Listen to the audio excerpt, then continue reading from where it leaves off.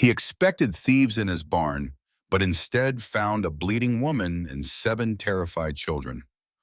On the coldest Montana night in 20 years, a ruthless killer was closing in on them. What would you do in his shoes? Stick around to see how this incredible story unfolds.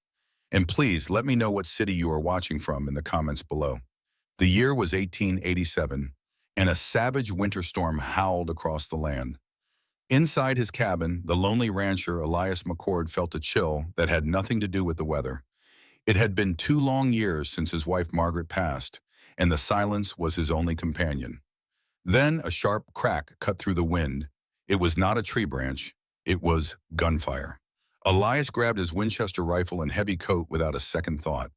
He plunged into the blinding 20 below zero blizzard, knowing something was terribly wrong. His breath instantly froze on the frigid window pane. Inside, the only sound was a crackling fire in a house that had been silent for 2 long years. At 43, Elias looked older, worn down by the harsh Montana life and his own deep sorrow. His late wife, Margaret, had called his eyes summer skies, but now they were the color of winter ice. Then a sharp, clear sound cut through the howling wind. He knew that sound. It was not a breaking tree branch, it was gunfire. Without hesitation, Elias grabbed his rifle and his heavy buffalo coat. He stepped into the brutal 20 below zero darkness, the cold hitting him like a wall. Another shot came from his barn, 200 yards away. He knew right away this was not a lost hunter. This was trouble. A man's quiet world was about to be turned upside down. If you believe in standing up for what's right, follow our channel to see how this hero's journey unfolds. The snow was already past his knees as he pushed forward into the storm. He had no idea that what he was about to find would change his life forever. This was the kind of cold that could steal a man's life in minutes. But the sound of danger called to him, and he had to answer. He reached the barn, his heart pounding in his chest. What he saw inside would have broken a lesser man. But Elias was not a lesser man. He was about to become a protector. His rifle ready, he fought through the screaming wind. He was moving blind, relying completely on memory. When he finally reached the barn, the door was ajar. This meant someone was still inside. He saw the faint flickering light through the crack. He kicked the door open to a sight he would never forget. In the far corner, a young woman was huddled by the hay. She was young, with dark hair tangled and frozen. Her face was pale, and her blue dress was torn and stained. He recognized the dark stain as blood, a lot of blood. But it was the 7 children with her that truly shocked him. They were pressed against her, their eyes wide with fear. All of them were hungry and shaking. The woman was badly hurt, with one arm hanging limp, but she positioned her body to protect the children. In her hand, she held a pistol aimed right at him. "Stay back," she said, her voice cracking with the effort. "I swear I will shoot you." Elias did not move. He had seen fear many times before in his life, but this woman's eyes showed she was ready to die, and she was determined to take her attacker with her. "Easy now," Elias said gently. "He said that too," she whispered. "My name is Elias McCord. This is my barn," he replied, "and you are currently bleeding all over my hay." The woman's gun hand trembled from weakness and cold. "You could be working for him," she accused him softly. "It is just me and 60 head of cattle here," he said. He knew it was a strange and unexpected thing to say, but sometimes the unexpected can cut through the fear. And he saw something finally shift in the woman's eyes. "Let me put my rifle down first," he said gently. "That only seems fair." He slowly placed his rifle on the frozen earth, then stood with his hands open. "There now," he said. "You have the only weapon." Her own arm started to shake. The pistol dipped, and she struggled to lift it again. The effort was almost too much. Her face grew pale as she swayed. "Mama," a small child whispered from behind her. It was a little girl no more than 5 years old, her hair matted with dirt. "Mama, I am so cold," she cried. The woman glanced down for just a second. In that moment, Elias clearly saw the bullet wound on her shoulder. It was an old injury, at least a day old, and it looked terribly infected. The skin around it was swollen and an ugly, angry red color. If she did not get help soon, she would be gone by morning. "That little girl isn't yours, is she?" Elias asked softly. Her jaw tightened. "She is now." When was the last time any of you had a meal? The children's eyes answered for her. My cabin has a warm fire and beds, Elias offered. I have food. I have fresh bread and hot stew waiting. There is more than enough for all of you. Why would you help us? She whispered, her voice weak. You do not know us. I know you are hurt, and I know these children are starving, he replied simply. And you cannot escape anything if you are dead. Her gun finally fell to her side. She had no energy left. He is coming for us, she said. He always finds us. Who is coming? He asked. My brother-in-law. His name is Caleb Rowe. The name was unfamiliar, but her terror spoke volumes. Did he do that to you? She nodded. Then here is what we are going to do, Elias said, his voice firm. You will let me help you to my cabin. We will get the children warm and fed. Then we are going to clean that wound. And if Caleb Rowe appears on my land, he is going to learn that some things here are worse than a man with a grudge. You do not get it, she said. He has a $50 bounty on me. Then it is a good thing I am not every man. He stepped carefully toward her. He could feel the intense heat of her fever, a stark contrast to the freezing air. It was amazing she was still on her feet. Tell me your name, he asked. Lydia, she whispered. Lydia Rowe. All right, Lydia, I am going to lift you now. Please try not to shoot me. A sound escaped her, part sob and part laugh. He lifted her, terrified by how little she weighed. Then he turned to the 7 small, watching faces. Can you walk? He asked. A boy of 13 stepped forward. His eyes looked too old and his voice was strangely steady. We walked 100 miles, the boy Thomas replied. Elias told him to gather the children and follow him closely. The trek back to the cabin was through a blinding blizzard. He could barely see, and Lydia had gone unconscious in his arms. Her blood was beginning to soak through his heavy coat. He could hear the children struggling to keep up behind him. Thomas kept encouraging them, urging them to keep moving. He promised them that food and a warm fire were close. Elias, half frozen himself, finally shouldered the cabin door open. He carefully laid Lydia's limp body down on the rug. The children stumbled inside, silent and trembling with cold. They stared at the room, likely the warmest place they had ever been. Thomas, shut the door and bar it, Elias ordered. The roar of the wind vanished, replaced by a crackling fire. Elias checked on Lydia. Her face was pale and her breathing shallow. When he examined her wound, his stomach turned over. Ugly red lines were spreading out from the injury. It was blood poisoning. He knew he was running out of time. Thomas, he said without looking up, find the kitchen. Feed the children. Then get the bottle of whiskey for me. I also need clean rags and any hot water from the kettle. The boy moved with an efficiency that Elias was grateful for. He had to put the children aside and focus only on Lydia. He worked by the fire, calling on skills he learned in the war. Probing the wound gently, he felt the hard lump of the bullet. The bullet was lodged deep beside her collarbone and the wound was infected. He had to remove it with only whiskey, hot water, and a prayer. The moment he cut into her skin, Lydia woke up screaming. The wild, desperate terror in her eyes nearly broke his heart. Hold her still, he ordered Thomas, who was watching in horror. If she moves while I am working, she will die. Do you understand? Thomas understood and immediately pinned her shoulders to the floor. I am so sorry, Elias whispered, looking into her pained eyes.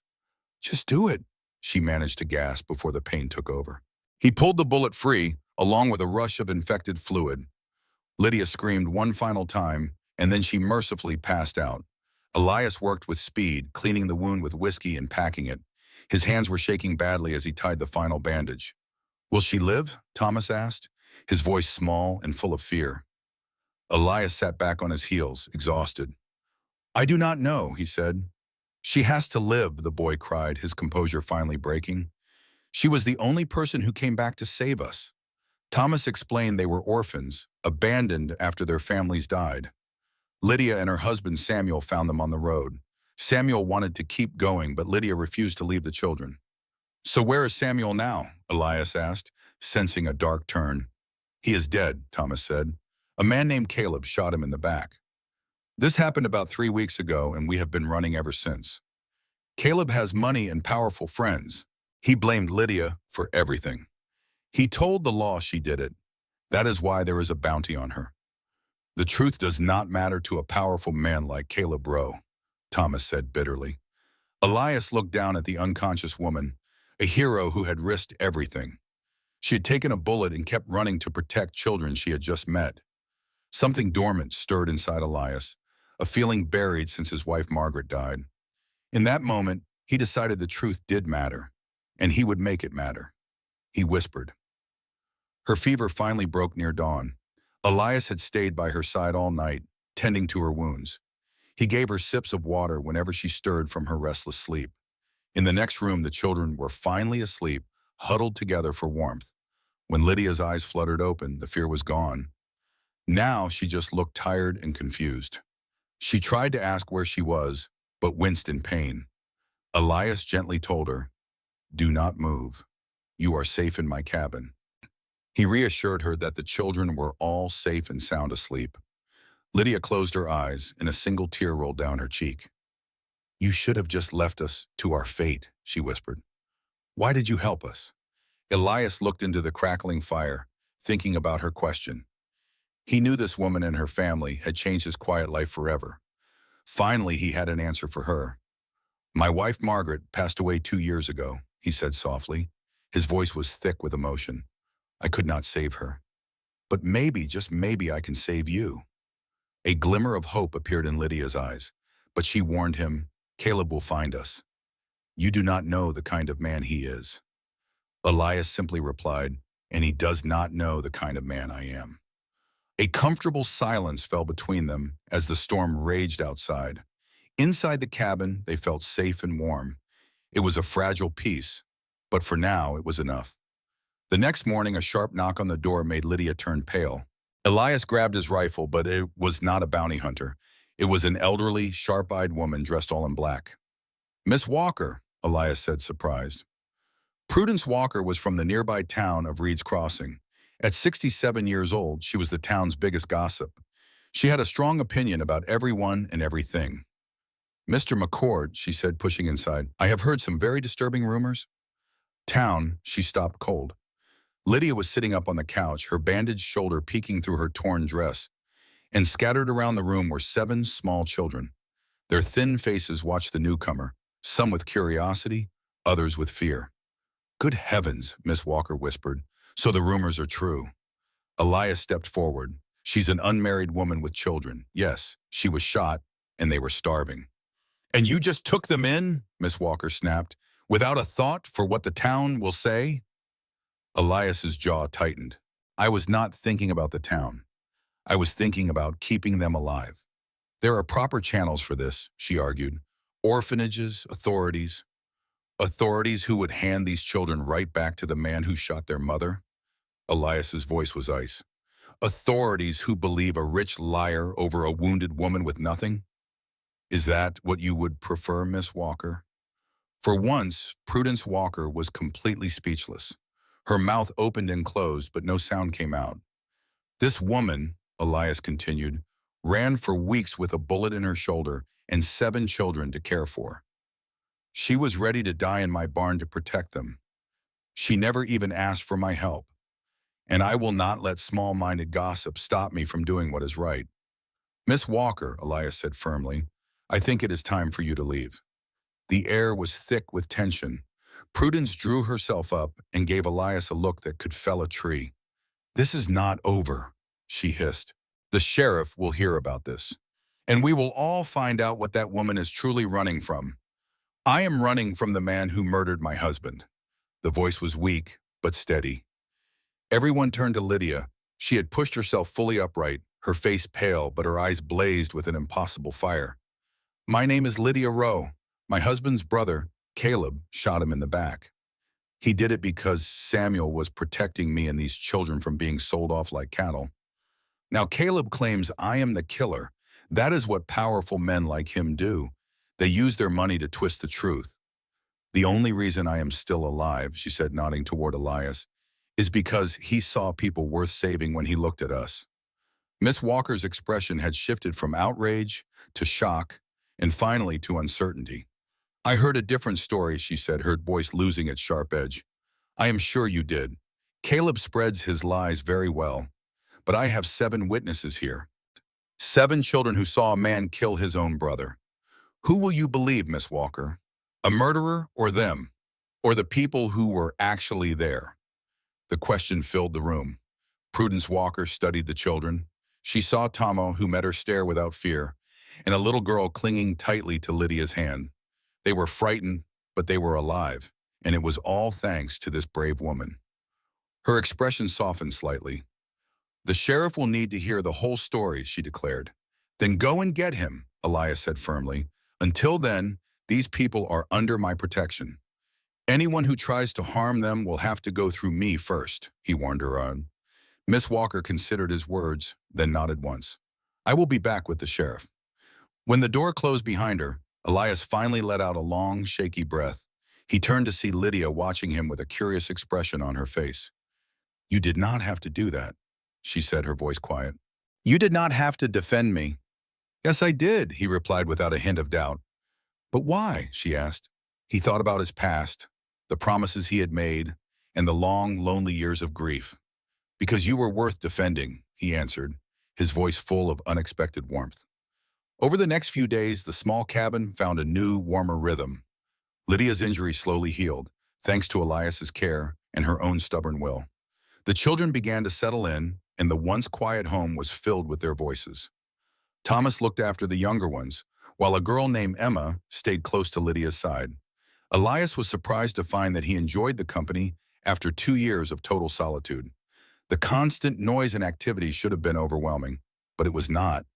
Instead of feeling crowded, he felt like he had finally come home after a long journey. You are very good with them, Lydia told him one evening as they sat by the fire. He was helping a quiet 8-year-old boy named Matthew practice his letters. Elias looked up, a little surprised by her comment. My wife Margaret and I always wanted children. He paused for a moment. But it just never happened for us. That was a different life. What about you? He asked gently. I know some of these children are not yours. Lydia's voice was soft but steady.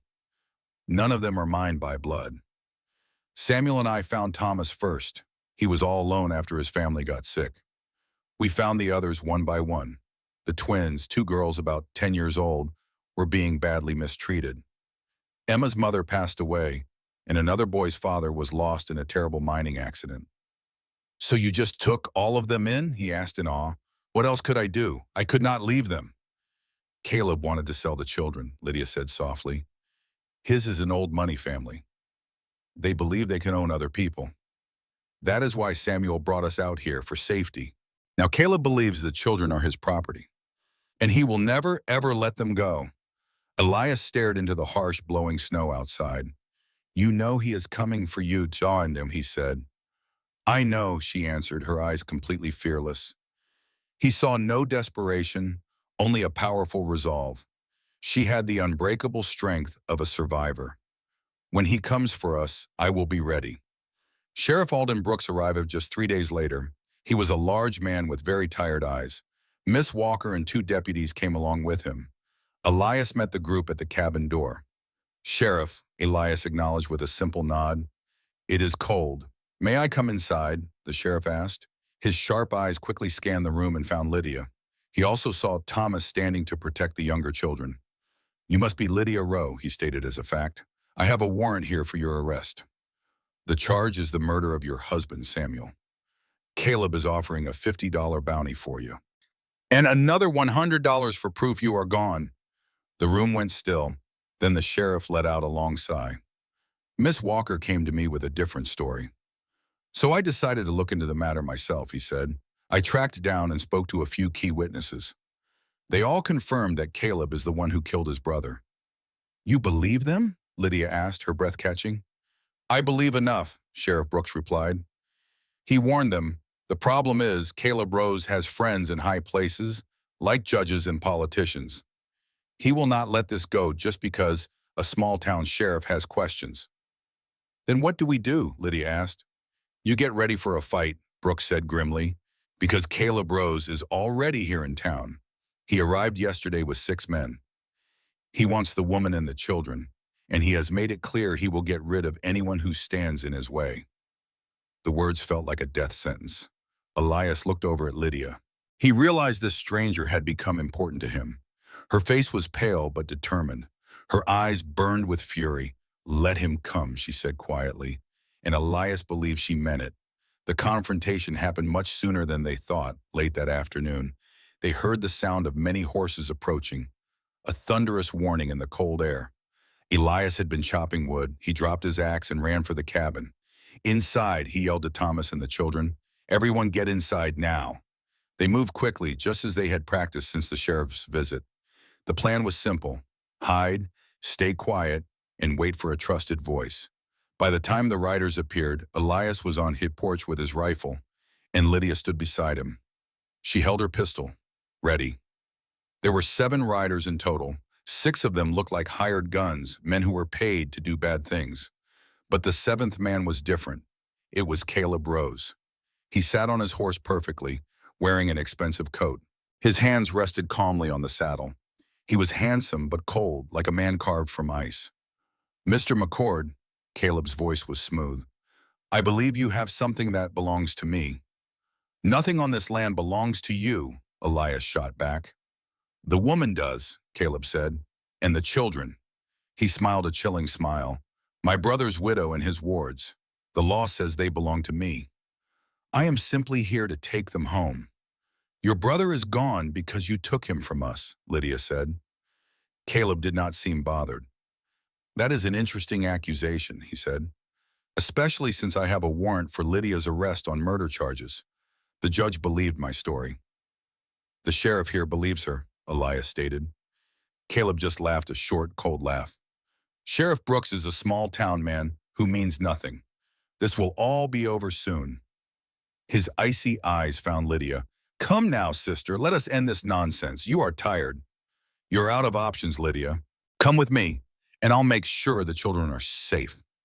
"The way you took care of Samuel?" Lydia shot back, seeing a dangerous flicker in Caleb's eyes.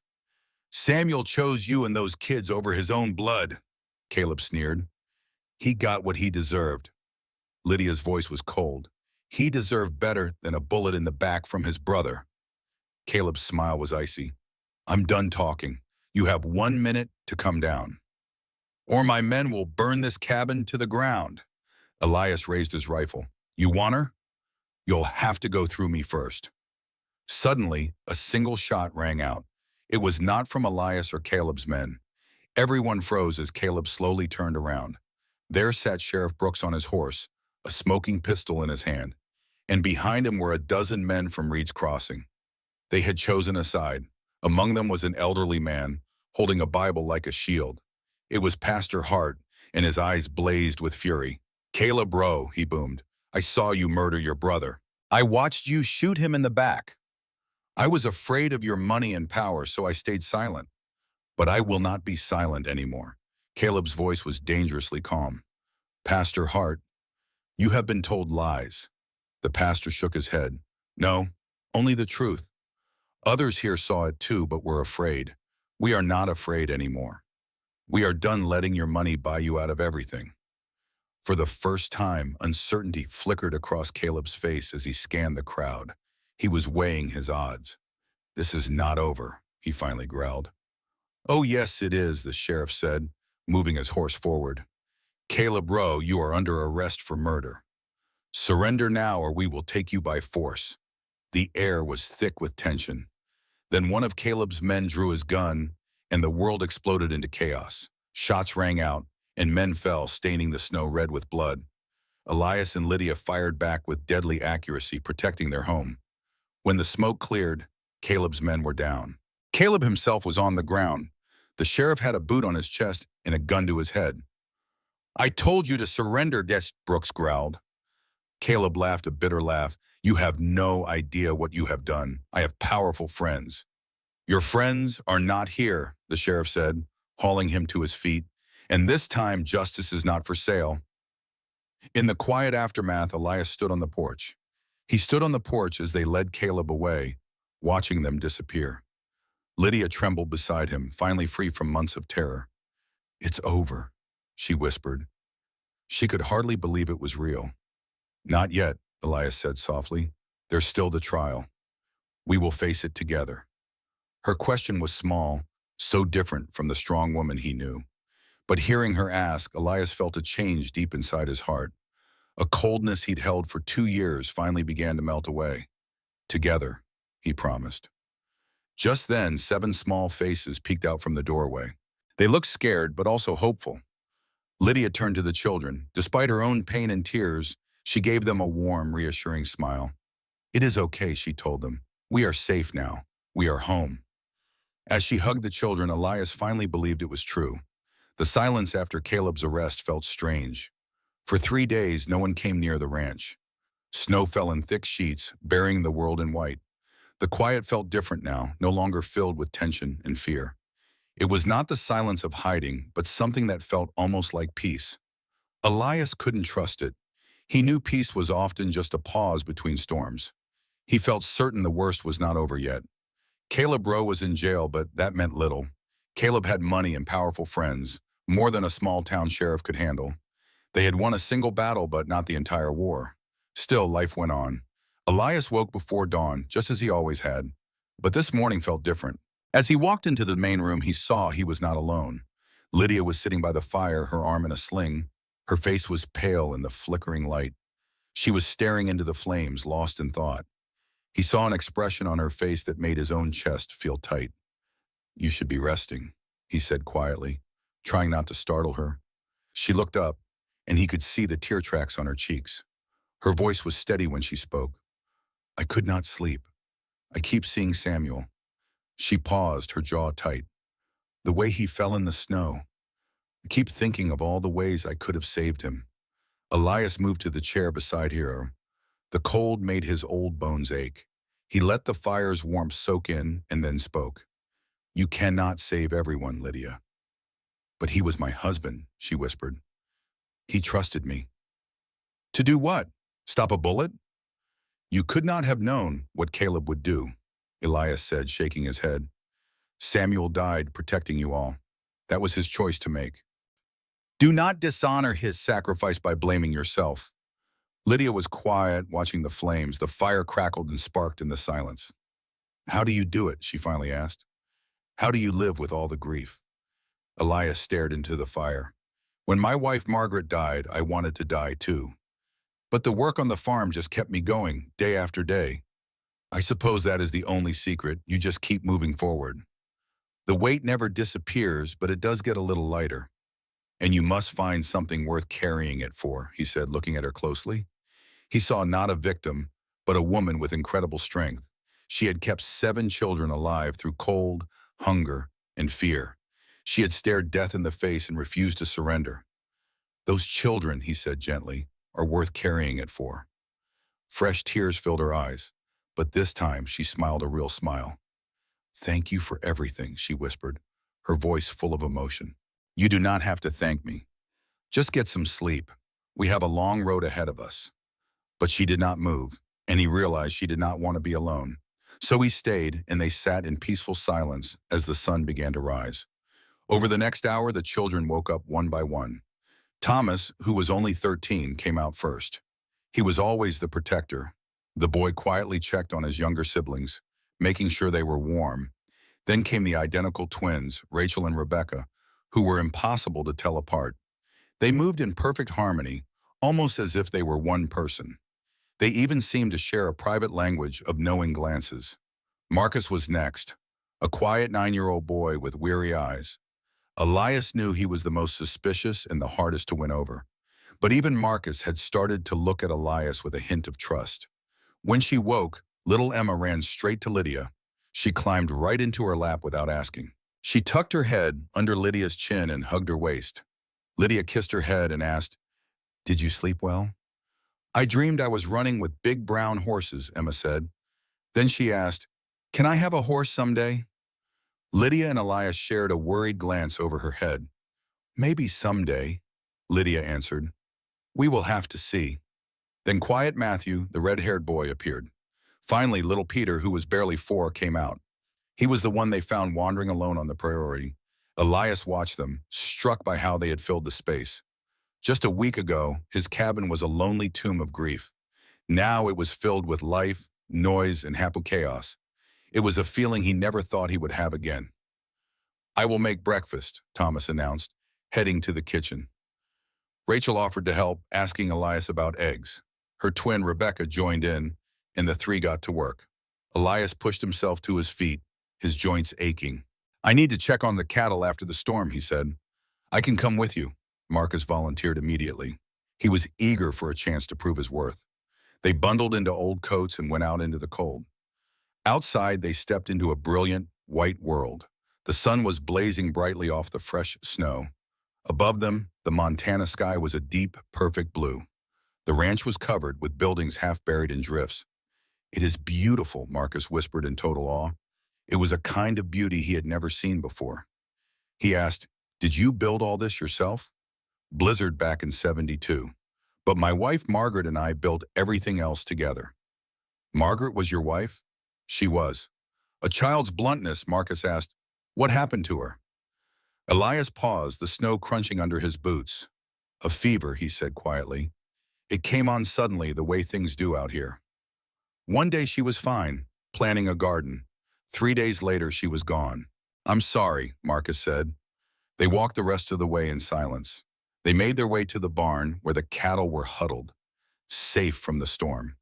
The animals were cold and hungry, but alive. Elias began forking hay and breaking ice. Marcus watched, asking smart questions that showed a keen interest in the work. Could you teach me? Marcus finally asked. How to do all of this, the ranching? I could, Elias replied. I do, the boy said, his voice full of a surprising fire. I want to learn real things that matter, not just how to survive. Elias looked at this child who had been so mistreated and felt something deep inside him stir. Then I will teach you, he said. We start tomorrow. Marcus's smile was like the sunrise. After that, their days settled into a steady rhythm on the ranch. Elias taught Thomas and Marcus the work, and the boys learned with great eagerness. The twins helped Lydia in the cabin, keeping the house and the younger children in order. Slowly, the empty house Elias had lived in for 2 long years began to change. It started to feel like a real home. Lydia's arm healed much faster than anyone expected. Within 2 weeks, she was out of the sling and helping with all the household chores. Her natural confidence returned now that she and her children were finally safe. She brought a quiet, steady order to the cabin, creating routines for the 7 children. In the evenings after the children were asleep, she and Elias would sit and talk by the fire. They talked about everything, sharing their past and their fears for the future. Lydia told him about her childhood and the early years of her marriage to Samuel. Elias told her about the war and coming west to try and escape his own memories. He spoke of finding Margaret and building a good life that had ended far too soon. I never thought I would find anything like that again, he admitted one night. After Margaret passed, I figured my share of happiness in this life was all used up. The rest of my life was just going to be waiting. Waiting for what? She asked gently. To join her, I suppose. Lydia was quiet for a long moment, as the fire burned low and cast dancing shadows on the walls. One of the children murmured, I know, she finally said, after Samuel died. And we started running. I often thought about just giving up. But the children kept me going. They needed me, and I could not abandon them. You're braver than you think, he said. No, I am just stubborn, she laughed. Her laugh was so full and warm, Elias felt something shift inside him. It was a feeling that had been asleep for 2 long years, slowly waking up. He knew this woman and these children had changed his life forever. The trouble began, as it often does, with an unexpected knock at the door. It was about 3 weeks after Caleb's arrest, right in the middle of the morning. The warm, noisy cabin, filled with the happy chaos Elias now loved, went still. Stay here, Elias said quietly, his hand reaching for the rifle he kept close. He crossed the room and opened the door to find Miss Prudence Walker. It was the second time she had been on his porch, but this time she was not alone. Behind her stood a tall, thin man with a pinched face and spectacles. Mr. Accord, Miss Walker said, her voice surprisingly gentle this time. May we come in? This is Mr. Harold Finch from the Territorial Orphan Society. Elias felt a sudden chill. Of course, he should have seen this coming. 7 children without any legal papers were sure to attract official questions. Lydia was already on her feet, her hands trembling as she smoothed her apron. The children had all clustered behind her, instinctively looking for protection. "Mrs. Rowe," Mr. Finch said, his voice as thin as he was, "the territorial authority sent me to assess the children in your care." "They are not in my care," Lydia said, her voice steady. "They are my children." "That is precisely what I am here to find out," Finch replied, his eyes scanning the room. "I am told that none of these children are biologically yours. Is that correct?" "Biology does not make a family, Mr. Finch," Lydia stated simply. "Perhaps not," he said, "but the law requires certain documents and procedures. Now I will need to inspect the living conditions and speak with each child." "These children have been through enough," Lydia protested. "They do not need interrogations." "I am afraid it is not a choice, Mrs. Rowe. The territory must ensure their welfare." Proper procedures were not followed in placing these children. Lydia's anger boiled over. "Do you want to know what your procedures did for them, Mr. Finch? Thomas was left to die in a ditch after his whole family was lost. Emma was going to be sent to a workhouse right after her mother died giving birth. Marcus's supposed guardians beat him so badly he could not walk for a week." Her voice cracked as little Peter held on to her legs for dear life. Peter was found wandering the prairie alone at just 3 years old. He was hungry, scared, and could not tell us anything about where he came from. "These children have been failed by every rule in your book, Mr. Finch. The only thing that kept them alive was love, and I will never apologize for that." The room fell silent. Even Miss Walker was speechless. Elias finally stepped forward, his voice firm and his patience gone. "These children are staying right here. They are not going to any orphan society. They are not going to any workhouse or any so-called proper placement. They will not be separated from the only person who's ever truly cared for them." "Mr. McCord, the law," Finch began, but Elias cut him off. "The law almost freed a murderer.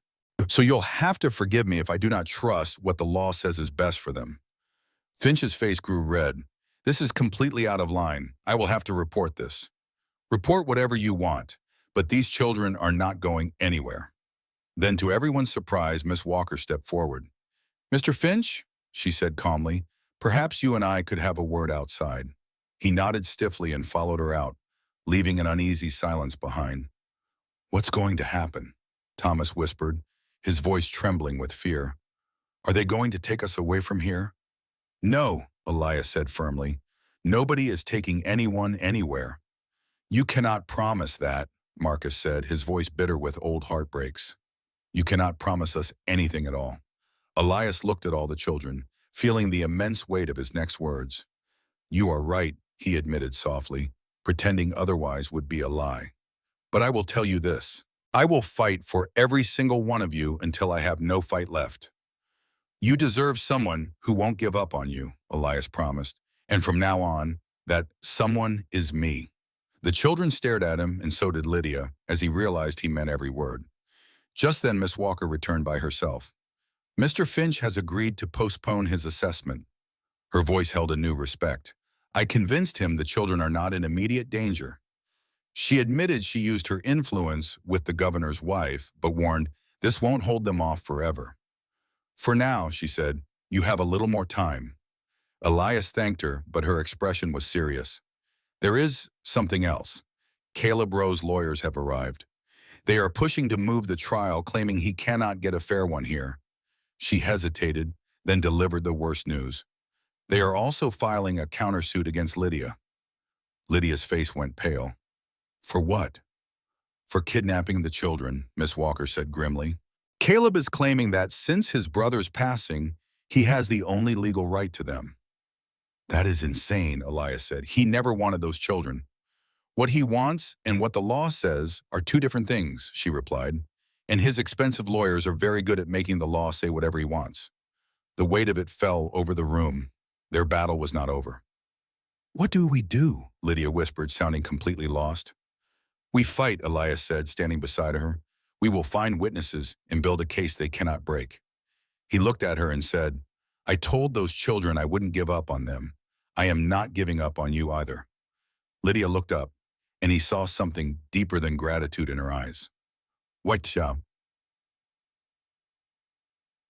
she whispered. But why do you keep helping us? You did not ask for any of this. No, Elias agreed softly. I did not ask for it, but maybe it is exactly what I needed. Before she could respond, the door burst open and Thomas came running in. His face was flushed with cold and excitement. He looked straight at Lydia and said, I promised those children, and I will not give up on you either. She stared back, her eyes full of emotion, something deeper than just gratitude. Why, she whispered. Why are you doing all of this for us? You didn't ask for a wounded woman and 7 orphans to turn your world upside down. No, Elias agreed softly. I didn't ask for it, but maybe this is exactly what I needed. Before she could say another word, the door flew open and Thomas rushed inside. McCord, riders are coming, Thomas said. Elias reached for his rifle. He asked, How many? Thomas replied, 8 in a wagon. They seem unarmed. Elias and Lydia shared a worried look. Stay inside, he ordered. He stepped onto the porch. Thomas was right. There were 8 riders. They came with a large wagon. He recognized faces from town. They were the people of Reed's Crossing. Pastor Gideon Hart led them. The pastor wore a heavy winter coat. His white hair shone in the cold. His old face broke into a warm smile. Mr. McCord, he called, we have brought you some gifts. Elias was shocked. Gifts? The pastor got down from his horse. The town heard about the children. They heard your story and wanted to help. The men began to unload the wagon. Elias watched them in total silence. They carried in blankets, clothes, and food. There were also teas, books, and medicine, enough for a family of 9. This is far too much, Elias finally said. Nonsense, replied the pastor. He put a strong hand on Elias's shoulder. These children have suffered enough. We just want to make their future brighter. But why? Elias asked, confused. After all the gossip and suspicion? The pastor's eyes were kind. People are better than you think, he explained. At first, ugly rumors spread. Many were quick to judge you, but then we learned the whole story. We heard about Caleb Rowe. We heard what those children have survived. We realized this was not a scandal. It was a story of love. Love finding a way in a harsh world. Elias was speechless and humbled. For 2 years, he had been lost in his grief. He thought kindness was gone. But here were his neighbors. They brought everything his new family would need. Thank you, he finally whispered. Do not thank me, the pastor said. He simply pointed up to the sky. I am only the delivery man. Soon the small cabin was overflowing. The children cheered at the sight of new toys. They held books they had never seen before. Lydia cried happy tears of relief. She was overwhelmed by such kindness. Pastor Hart stayed on for dinner. All 11 of them ate together, a family. He shared old stories of the town. The pastor spoke about the people who settled this harsh land and the strong community they built together. This territory attracts a certain kind of person, he said. People running from something or toward it. This land attracted people who had nothing left to lose, a place for their final gamble. But the ones who survived the harshness learned something important out here. They learned that nobody makes it alone, that we all have to carry each other. Is that why you testified against Caleb? Lydia asked. Why you finally broke your silence? The pastor looked somber. I should have spoken up much sooner. I knew. I saw the jealousy and darkness in how he looked at his brother. But I was afraid. He shook his head. I was afraid of the power Caleb had in this town. But when I saw you in that barn, ready to die for those kids, I knew my fear was a sin. Staying silent while evil happens is the same as helping it, he concluded. Elias reassured him, you came when it mattered. That is what counts. The pastor then watched the children exploring the supplies with pure excitement. They are beautiful, he said. To see the worst of humanity and still have joy. That is a true miracle. Elias looked right at Lydia. She's the miracle, he said. She is the one who kept them alive. Lydia blushed. I only did what anyone would do. No, Elias insisted. You did what most wouldn't dare. Their eyes met, and the pastor simply gave a knowing smile. Later that night, after the children were asleep, Elias and Lydia sat by the fire. Things felt different tonight. There was a new feeling in the air between them. Can I ask you something? Lydia said. Earlier, you said you needed us. What did you mean? Elias was quiet for a long moment. just staring into the dancing flames. When my wife Margaret died, he began slowly, I shut myself off from everything. I told myself it was grief, and it was, but then it turned into something else. It turned into fear. I was so afraid of losing someone I cared about again. It just felt easier to be alone, to not feel anything, than to risk that kind of hurt. And now, he continued, I look at you and these children, and I realize something. I have been dead for 2 years, just breathing, but not really alive. He turned to face her, the firelight catching the tears in his eyes. You brought me back, Lydia. You and those 7 incredible children reminded me what it feels like to be alive. I know it is far too soon, and so much is still uncertain for us, but I am grateful for all of it, because every moment led me to you. Then Lydia reached out and took his hand. I am grateful too, she whispered back. But their peace was broken a week later. Sheriff Brooks rode out to deliver bad news. Caleb's lawyers got the trial moved. He had also filed his own lawsuit. He was demanding custody of the children. He claims he is their only living relative. Lydia gripped Elias's arm in pure terror. He does not want them, she whispered. He only wants to destroy me. Elias's voice was firm. He will not get them. The sheriff said the trial was in 3 weeks. He warned that they needed a great lawyer. Elias had already sent for a man in Billings. But the sheriff had one more piece of news. He said, Caleb is offering a settlement. He will sign over guardianship to you if you drop your testimony against him. Lydia's voice was flat. Let him go free? Without her testimony, the case was weak. If she refused the deal, he would fight. He would use all his money to take the children. Elias watched the emotions cross her face. When she finally spoke, her voice was like stone. Samuel died to give those children a good life. Property to be bought and sold. If I take Caleb's deal, it means Samuel's death was for nothing. Her voice was firm. Caleb will face justice, and those children will know someone fought for them. Sheriff Brooks looked at her, then a slow smile spread across his face. Ma'am, you are the bravest woman I have ever met. Later, Elias found her staring out the window. No one would have blamed you for taking the deal, he said quietly. I would have blamed myself, she answered, turning to him. I refuse to teach those children that justice can be bought. His lawyers will try to destroy you in court, Elias warned. They will twist everything to make you look bad. Let them try, she said, her chin high. Then she looked into his eyes. But I have to know. Will you stand with me? He gently held her face in his hands. I will stand with you, Lydia, through the trial and through whatever comes after. Her tears finally fell. I have felt so alone for so long. With you, I feel like someone finally sees me. I see the most beautiful mess I have ever known, he whispered, and a real joyful laugh escaped her lips. He held her close, and for the first time in a long time, the future did not seem so dark. The trial would be hard, and Caleb was a powerful enemy, but they would face it together. Their fight for justice for Samuel and the children was also a fight for their own future. Lydia knew that with Elias by her side, she had the strength to face anything. She had found more than a protector. She had found a partner in every sense of the word. I know the truth does not always win, she said, her voice stronger now. Elias looked down at her, his expression resolute. Then we will just have to make sure it does this time. He leaned in and kissed her, a promise of support and a seal on their shared purpose. It was a kiss that spoke of shared sorrows and a hope for a brighter dawn. In that small, quiet room, 2 lonely souls found their strength in each other. I will always stand with you, he repeated, his voice thick with emotion. The road ahead was uncertain, but they would walk it side by side. Lydia Rowe was no longer just a woman seeking justice. She was a woman ready for a fight. And as she held on to Elias, she knew she was not fighting alone anymore. She had found love in the most unexpected of places, a light in her darkest hour. With you, she said, looking up at him, I feel like I can finally breathe again. He smiled, a genuine, warm smile that reached his eyes. Good, because I am not letting you go. She rested her head against his chest, listening to the steady beat of his heart.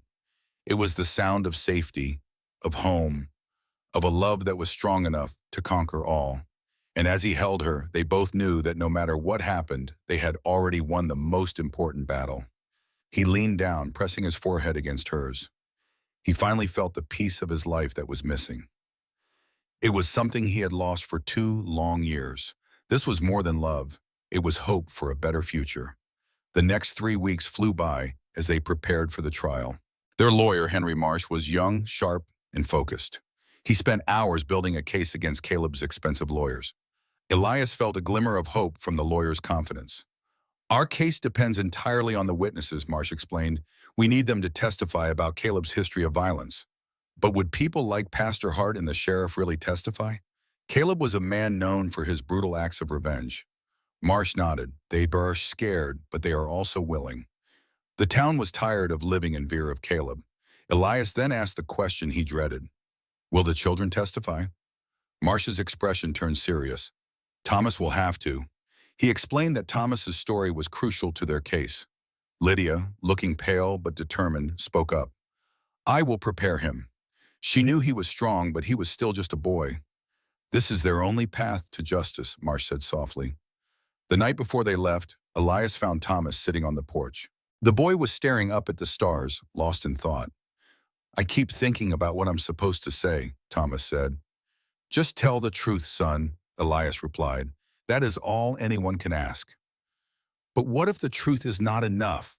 What if they twist my words? Thomas's voice trembled. Mr. Samuel and Mrs. Lydia were so good to me. I have to talk about his death, and I cannot mess it up. Elias put a steadying hand on the young boy's shoulder. Look at me. You are not going to mess anything up. You have survived things that would have broken most grown men. That's your strength, not your weakness. Just stand up in that court and tell the truth. I believe in you, Thomas, and the truth is enough. I will be there with you, so you are not alone. Thomas finally nodded his head. Okay, I can do this. They sat together in the silence on the porch. Tomorrow they would finally face Caleb Rowe, but tonight they had the comfort of the quiet stars. The journey to Billings was a long 4 days. They traveled in 2 wagons, one driven by Thomas. Their lawyer, Henry Marsh, rode alongside them. The sheriff sent 2 deputies for their protection. They could also act as witnesses to the horrible attack. The weather on the trail was cold and miserable. The children huddled close together under blankets. Their faces were pale with both cold and fear. Little Emma had not spoken a single word. She just clung tightly to Lydia's hand. The twins whispered constantly in their own language. Marcus had become silent and watchful once more. His dark eyes looked both watchful and very wary. Matthew asked endless, nervous questions. He worried until Thomas gently quieted him. Peter, the youngest, developed a worrying cough. Lydia stayed up all night, listening to him breathe. On the 3rd night, Elias found Lydia by the fire. She stared into the flames with a haunted look. You should really get some rest, he told her gently. I know, but I cannot seem to quiet my mind, she said. They are going to make me out to be a monster. Digger, a liar, and some people will believe them. The truth will win, right? She turned to face him, the firelight showing the fear in her eyes. I have been telling myself that for months, that the truth will come out. But Caleb has money and connections. All I have is a story that sounds impossible. What if the truth is not enough? What happens if we lose? Elias was quiet for a moment, choosing his words carefully. He could have given her false hope, but she deserved honesty. If we lose, he said slowly, then we fight again. We find new evidence. We never stop fighting. I made a promise to you and those children, Lydia, and I do not break my promises, even if it costs you everything, your ranch, your name, your future. He reached out and took her hand. My future is sitting right next to me. My future is sleeping in those wagons. It is with you and those children. Everything else is just details. Tears filled Lydia's eyes, but she managed a small, real smile. How do you do that? She whispered. How do you always make things seem possible? I just know some things are worth fighting for. You are one of them. She rested her head on his shoulder, and they sat together by the dying fire. Billings was much bigger than Elias had imagined, a chaotic sprawl of buildings and muddy streets. The noise and crowds were overwhelming after the quiet of the ranch. The children huddled close in the wagon, their eyes wide with worry. Henry Marsh led them to a boarding house on the edge of town. It was a clean place run by a kind widow named Mrs. Patterson. She took one look at the 7 exhausted children and got right to work. Without being asked, she started preparing hot food and warm baths for them. "Poor lambs," she said, ushering them inside. "Frozen half to death. What kind of person drags children through this weather?" "The kind who has no other choice," Lydia said softly. Mrs. Patterson's expression softened. "The Roe trial, I heard the talk." She leaned in closer. "I do not believe a word that man says. Let us hope the jury agrees." The trial was set to begin the very next morning. Henry Marsh gathered everyone for a final meeting in Mrs. Patterson's sitting room. "The prosecution will present their case first," Marsh explained, laying out his papers. "They will call witnesses, like Pastor Hart and the woman from the trading post. Sheriff Brooks will be there too. Then you and the children will testify." "And what about Caleb's lawyers?" Elias asked. "They will try to discredit everyone. They'll poke holes in your story and suggest other explanations. Their case will paint Caleb as a grieving brother and you as a schemer. They'll say you were after his family's money." "That is ridiculous," Lydia said. "I never wanted it." "We know that," Marsh said, "but we have to prove it to the jury. Lydia, when you are on the stand, you absolutely must stay calm. No matter what they say, do not let them provoke you or make you angry. They are experts at using a witness's anger against them." "But what about Thomas?" Elias asked. "He is just a boy. He cannot handle that kind of pressure." "I have prepared him," Marsh assured them. "He knows what is at stake and how important his testimony is." Marsh then turned to Thomas. The boy had been listening quietly. "Thomas, I need you to listen. When you are up there, the only thing that matters is the truth. Do not try to be clever. Just answer every question honestly and simply. Can you do that for me?" Thomas's jaw tightened, but his voice was steady. "Yes, sir. I can." "Good. Get some sleep. Tomorrow, our fight begins." The Yellowstone County Courthouse was a grand brick building. Its white columns were meant to show the power of the law in the wild territory. When they arrived the next morning, a huge crowd was already on the courthouse steps. There were reporters and what looked like half of Billings, all staring at them. They all wanted a glimpse of the notorious Lydia Roe. "Do not look at them," Elias whispered. "Just keep your eyes forward." Inside the courthouse, it was even more chaotic. The main courtroom was packed, with people standing 3 deep along the walls. At the front sat Judge Harrison Pierce, a serious man in his 60s with silver hair. His sharp eyes seemed to see everything. At the defendant's table sat Caleb Roe. He was surrounded by 3 lawyers in very expensive suits, and he looked nothing like he did at the ranch. His rough clothes were gone, replaced by a tailored charcoal gray suit. His face was a perfect mask of dignified suffering, like a man bravely facing a terrible injustice. Caleb's eyes met Lydia's, and he smirked. That small, cruel smile sent a shiver down Elias's spine. The bailiff announced, "All rise. This court is now in session," as Judge Harrison Pierce took his seat. The trial against Caleb Roe had officially begun, with the prosecution presenting its case first. District Attorney William Foster, a big man with a commanding voice, started laying out the facts simply. He presented the evidence against Caleb piece by piece, building an undeniable case. The first person to take the stand was Pastor Gideon Hart, an elderly man with a kind face. He looked frail under the bright lights, but his voice was firm as he described the horrible event. "It happened 3 months ago," he said. "I was on my way to Helena to see my sister. My travels took me right past where Samuel and Lydia were camped with their children, so I stopped by. When Foster asked what he saw, the pastor replied, 'I saw Caleb and his men surrounding the camp. Samuel was trying to defend his wife and children, but he was completely outnumbered. I heard Caleb demand the children, saying they were his property now, and Samuel had no right to them.' The pastor's voice trembled. Samuel refused. He said children are not property to be sold. He told Caleb they were human beings who deserved to be loved. Caleb just laughed in his face. He called Samuel soft. Then he pulled out his pistol and shot his own brother in the back. Samuel had turned to protect his wife, and Caleb shot him down as if he were a stray dog. A gasp went through the room. Elias looked at Caleb, who showed no sign of remorse.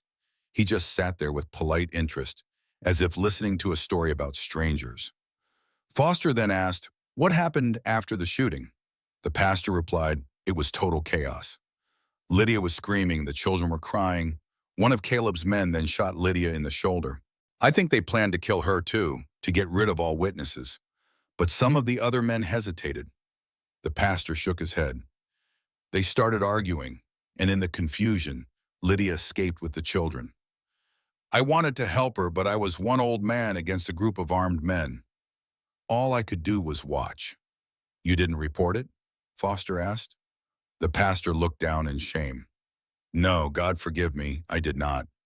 I was afraid. Caleb Rowe has money and power. I saw what he was capable of doing. I told myself that speaking up would not bring Samuel back and would only get me killed." He looked at Lydia with deep regret. "I was wrong. I was a coward, and I have regretted it every single day." Next came the cross-examination. Caleb's sharp lawyer, Prescott, approached the stand. He moved with the confidence of a hunter closing in on its prey. "Pastor Hart," he began, "you say you saw my client shoot his brother, yet you waited 3 months to tell anyone. Why is that?" "Why were you silent for 3 months?" Prescott asked. "And you have a history of telling tall tales, correct? Like seeing angels?" The courtroom audience laughed. The pastor flushed. "That has nothing to do with this." "What about your failing eyesight?" Prescott pressed on. "You've confused your own barn for the church before." "So are you absolutely sure of what you saw?" "Perhaps it was just a tragic, messy accident. Maybe my client was simply defending himself." The pastor insisted it was not true, but doubt filled the air. "Your memory, your eyes, your fear, you cannot be certain." With that, Prescott dismissed the shaken witness. The pastor looked fragile as he stepped down from the stand.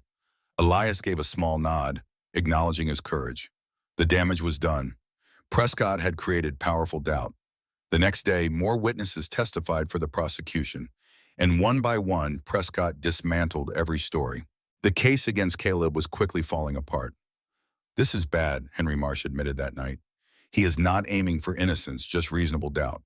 "What is our plan?" Lydia asked anxiously. "Tomorrow you take the stand. Tell them everything. You will make them see the real you," Marsh said. He hesitated, then said, "And then Thomas testifies." Elias protested. "He's just a boy. Prescott will crush him." "Or," Marsh replied, "a child's honesty is what we need." You can never predict what will move a jury. Sometimes a single, truthful moment is all it takes. We have to trust that the truth will be enough. The next morning was cold and gray as Lydia prepared. Lydia dressed carefully in her best mended dress, her face pale with worry.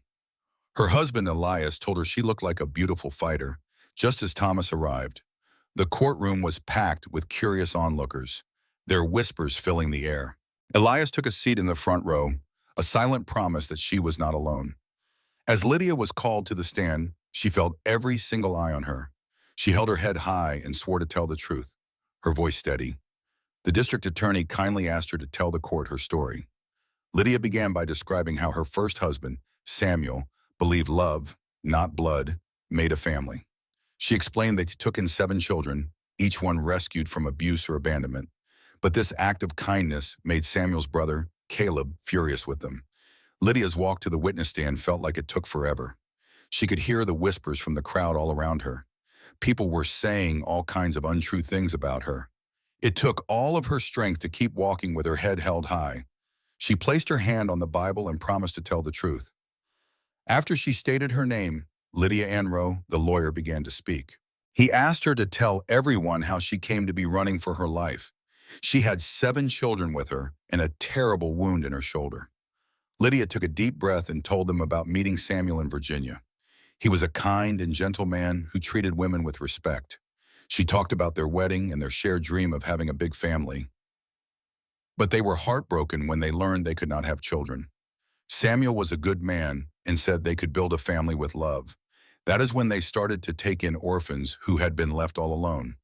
The lawyer asked how many children they had taken in. Lydia replied that they had 7 children in the end. She described how they found each one in a terrible situation. Some were about to be sold, and others were being badly hurt. Little Peter was just 3 years old, wandering all alone on the prairie. She said that her husband's family, especially his brother Caleb, was very angry about it. His family said we were wasting the fortune on orphans and shaming our name. But Samuel believed the only true shame was leaving children to suffer. And what happened when Samuel's father died and he inherited everything? Caleb couldn't accept it. He was always jealous that Samuel was the favorite son. He demanded we hand over the children, calling them a worthless burden. He had his own plans to turn those children into a profitable asset. What kind of plans? He wanted to sell them as cheap labor to mines and factories. When my husband refused, Caleb swore he would take everything away from us. He threatened that if he could not have the children, then no one would. We knew what he was capable of, so we took the children and fled west. We hoped he would never find us, but we were wrong. He always found us. Tell us about the day Samuel died. The courtroom became completely silent. Every person in the room stopped, hanging on the raw emotion in her voice. We had stopped to rest for a while, truly thinking we were finally safe. But Caleb and his men were lying in wait for us. He rode into our camp. He arrived with 6 armed men and told Samuel to hand over the children. Samuel refused, saying children have a right to their own lives. Caleb just laughed. And then he said something that I will never, ever forget. He said, "Brother, if you will not give them to me, then you are of no use." And then he shot my unarmed husband in the back like a coward. A gasp filled the room. Elias saw a flash of pure rage in Caleb's eyes. Foster gently asked, "What happened after that?" "One of Caleb's men shot me in the shoulder. I believe they meant to kill us all, but some of his men hesitated. They hadn't signed on to harm children. In that moment of confusion, I gathered the children and we ran. And you eventually found your way to Elias McCord's ranch?" "Yes. We walked for maybe 5 days. I was feverish and they were starving. When we collapsed in Mr. McCord's barn, I thought we were going to die." Her eyes found Elias in the crowd. "But Mr. McCord found us. He saved us." "He saved all our lives." Foster nodded slowly. No further questions. The entire courtroom seemed to exhale. But Lydia knew the real storm was just beginning. She watched Prescott stand, his voice dripping with false concern. "Mrs. Rowe, that was a very moving story you told. But I have a few questions about your version of events." "Tell me," he began, "when you married Samuel, you knew his family was rich, correct? They were more than just comfortable, weren't they? In fact, the Rowe estate was worth over $100,000. And your husband stood to inherit every penny. You say you didn't marry for money, but you certainly enjoyed it. The fine clothes, the servants, taking in 7 orphans.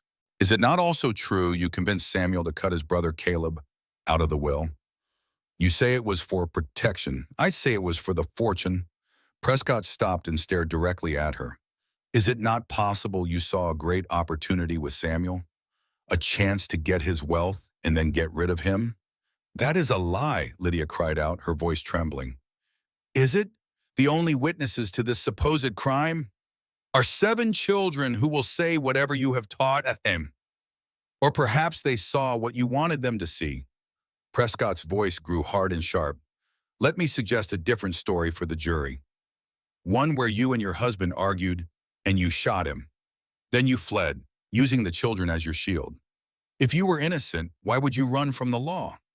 Because Caleb's power and money had already bought the law. Or did you run because you knew an investigation would prove that you were the one responsible for his death?" "I loved my husband," she sobbed, unable to continue.